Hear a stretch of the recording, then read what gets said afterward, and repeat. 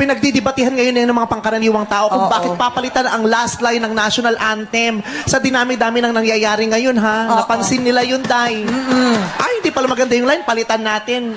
At yung traffic din yung napansin, yun ang palitan nyo kaya. Papalitan daw yung ang mamatay ng dahil sa'yo. Hindi kayo. May naisip ka ba? May naisip ka? Bakit hindi na lang ang mamatay ng dahil sa traffic?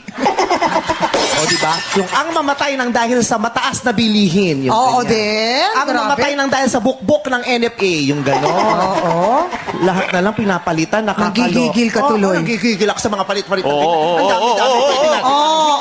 Ang dami Easy. yung mahahalagang dapat yun ang iniisip natin. Easy. Papalitan natin. Baka bukas, baka naman, pati lerong-lerong sinta, maisip nyo, palitan na rin dulo.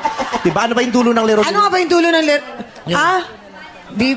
Humanap ng iba. Humanap ng iba. O yung... Humanap yung ng iba. Ano yun?